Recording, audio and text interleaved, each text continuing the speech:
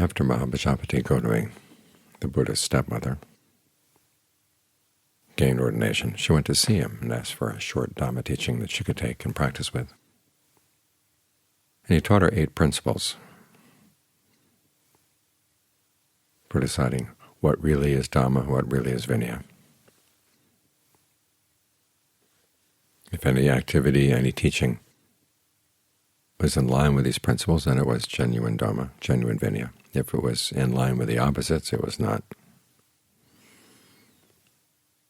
And as I mentioned last night, these 8 principles fall into 3 types: those that are associated with the goal of the practice, those that are associated with qualities that you have to develop in order to get to that goal, and then those associated with qualities that relate to your relationship to other people as you practice. And as I mentioned last night, the ones associated with a goal have to do with freedom, and the Buddha looked for freedom in an unexpected place, in dispassion.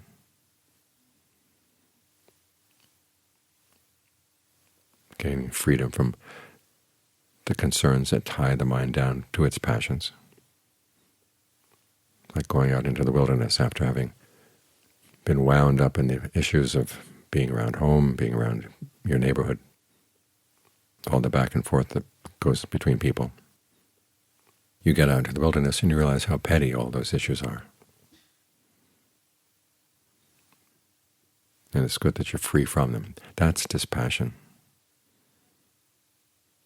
It's not a depressed state, as some people think. And it's not a gray, unfeeling state. It's a feeling of great openness, freedom, that you've been released from petty concerns, things that limit the mind. So it's an unexpected place to look for freedom, but there it is. The same principle applies to the principles that are related to qualities you have to develop in order to get there. The qualities that lead to freedom, and they do it in an unexpected way. The qualities are 3. One is shedding, in other words, getting rid of any excess things, excess mental states, excess attitudes that weigh you down. The second is contentment. That's contentment with the material requisites that you have in terms of food, clothing, shelter, and medicine. And then there's effort, aroused effort or aroused persistence, which is basically right effort. Learning to give rise to skillful qualities and abandon unskillful qualities, and putting an effort in to do that. And these are the areas where the Buddha says you look for freedom. In terms of shedding and contentment, think of that story of the former king. Bhaddiya was one of the Buddha's relatives. He goes out and sits under a tree and says, "What bliss, what bliss." The other monks are concerned about him, thinking that maybe he's thinking about his old days as king, missing the pleasures of kingship. So they go report the matter to the Buddha. The Buddha probably knows what's going on, but he thinks this is a good opportunity to teach the other monks. So he calls Bhaddiya in and asks him, "Is this true? You sit under a tree and say, 'What bliss, what bliss'?" And Bhaddiya says, "Yes." "What do you have in mind?" And Bhaddiya says, "I think about back when I was king. And even though I had guards inside my room and outside my room, inside the palace, outside the palace, inside the city, outside the city, inside the country, outside the country, I still had trouble sleeping for fear that someone would try to come and kill me. But now I sit under a tree. My needs are met by what other people give me. My mind is free like a wild deer. That's what I have in mind. This is the bliss I have in mind." So there's a bliss in not being powerful and not having lots of things, because you're not the target of other people's envy. And your mind can be free like a deer. The deer can go anywhere. There are no rules about having to go here, having to go there at this time or that time. So think about that. When you think that, "Well, I'm missing this, I'm missing that, I'd like to get this, I'd like to get that," all those piles of things we see being ordered out on the table. You have to ask yourself how much of that is actually necessary and how much of it is actually conducive to freedom.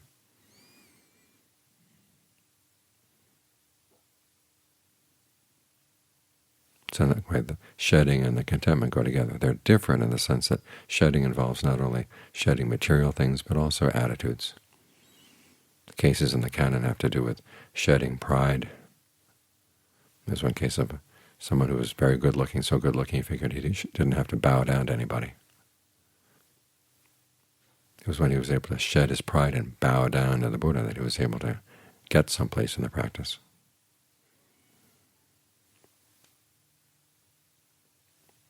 Shedding thoughts of revenge, realizing that an injustice has been done, and wanting to punish the people who acted unjustly. The case of the young prince whose parents had been killed by this king. He plots revenge very carefully. But then when the time finally comes when he can get his revenge, he thinks of what his father told him before he died. Don't look too far, don't look too close. Animosity isn't ended through animosity, it's ended through non-animosity. So he holds himself back. Let's go with those thoughts of revenge.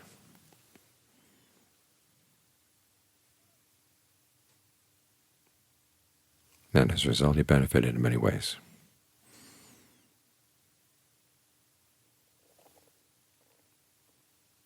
So when you know that you've been wronged, and you want to get back, it's good to stop and think, what would be gained by that? And think about how many times the pattern of being wronged and doing wrong have gone back and forth, back and forth. And ask yourself, isn't it time to stop? And when you stop, there's a great freedom. I read a story one time about a mother whose son was killed.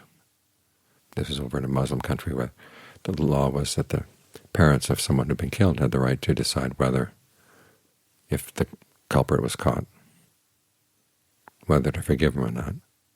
And at first the parents were not going to go for forgiveness. They were going to see the execution through. But then the mother kept having dreams of her son saying, Mom, Mom, please don't go for revenge. Let the guy go. And she later told reporters she did not want to have those dreams, but they kept coming again and again. So finally, on the day of the execution, there's a guy sitting with a noose around his neck. So she goes up, slaps him across the face, pulls off the noose, lets him go.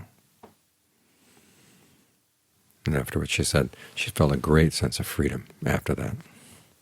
So there's a freedom of coming, of not wanting to get back at people, even though you feel you have the right to do it.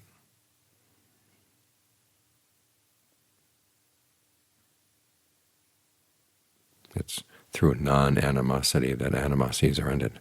Those are cases of shedding on an internal level. With contentment, though, the Buddha talks about contentment solely with external things. On the internal level, he says you have to be discontent with the level of your skill. He said that was the secret to his awakening. That as long as he hadn't gone all the way, he wouldn't let himself rest. Of course, you have to rest in concentration, but you rest and then you do work, and then you rest and then you do work.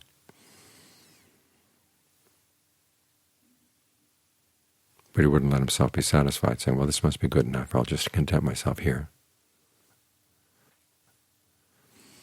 And we read about how even after his awakening, he checked it from many, many angles to make sure there was the real thing. That's the kind of teacher we have. And it's the way we should approach the practice. And so this relates directly to the factor of aroused persistence. And it's an unusual place to look for freedom.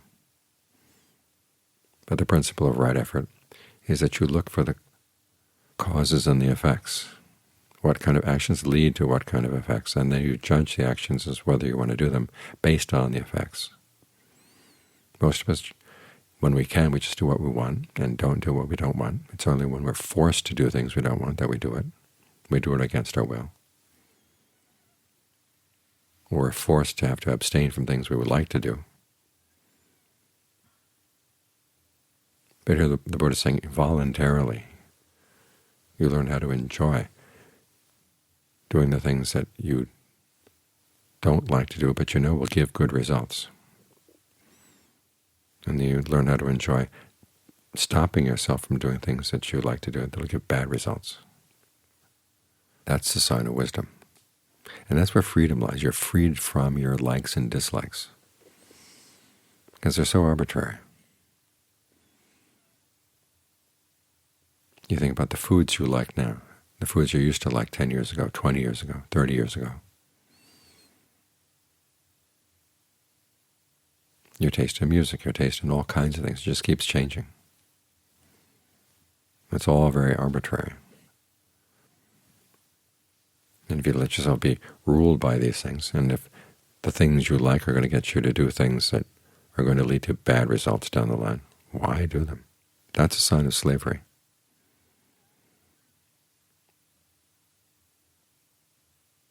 Or if there's something you know that will give rise to good results, but you let the fact that you don't like doing that get in the way, that's slavery.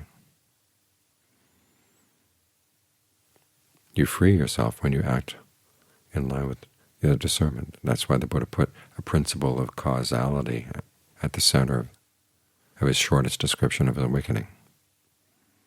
When this is, that is. When this isn't, that isn't. When from the arising of this comes the arising of that. From the cessation of this comes the cessation of that. It's a more complex principle than looks like on the surface. But at the very least, what you need to know is you don't go by your likes and dislikes. You go by the results of these actions.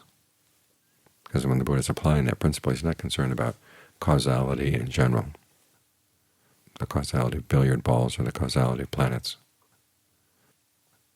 He's concerned with the causality of actions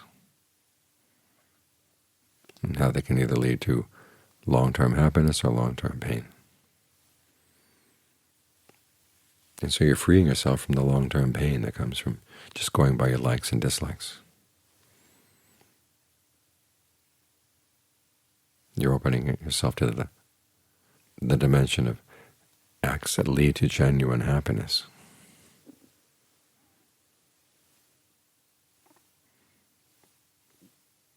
So any teaching that encourages shedding contentment with material things and encourages you to arouse your persistence to do what's skillful and to avoid what's unskillful, all of that counts as dharma and vinaya. It's not the case that just because the Buddha didn't say something that it's not dharma. As he said, anything that's in line with the dharma counts as dharma. And these are the principles for deciding. So as you go through the day, ask yourself, things I'm choosing to do, where do they fit in this scale? And am I choosing to go for more freedom or for less? Because that's what it comes down to. When you say, well, I'm just going to humor my defilements for today, or just for this little bit, not for the whole day, just for a little bit. You're keeping yourself tied down. In a lot of areas when no one else is tying you down, but you're tying yourself down.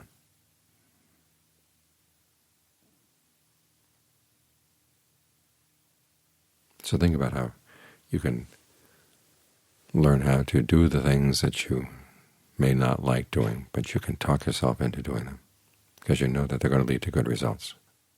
As for the things you want to do, you learn how to like talking yourself out of them.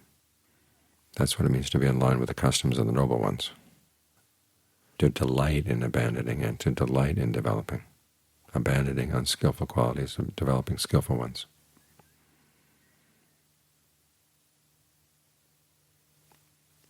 That requires a real revolution inside.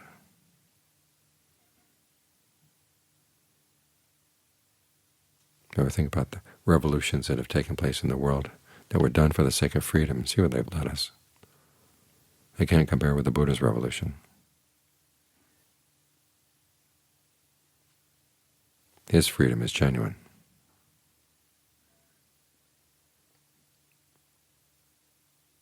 If you think of it in terms of victory, it's a victory that doesn't turn into defeat.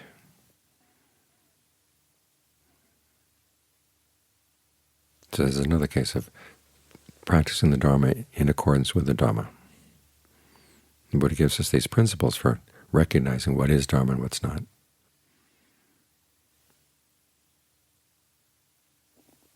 And it's up to us to choose whether we want freedom or would rather go back to our old slavery.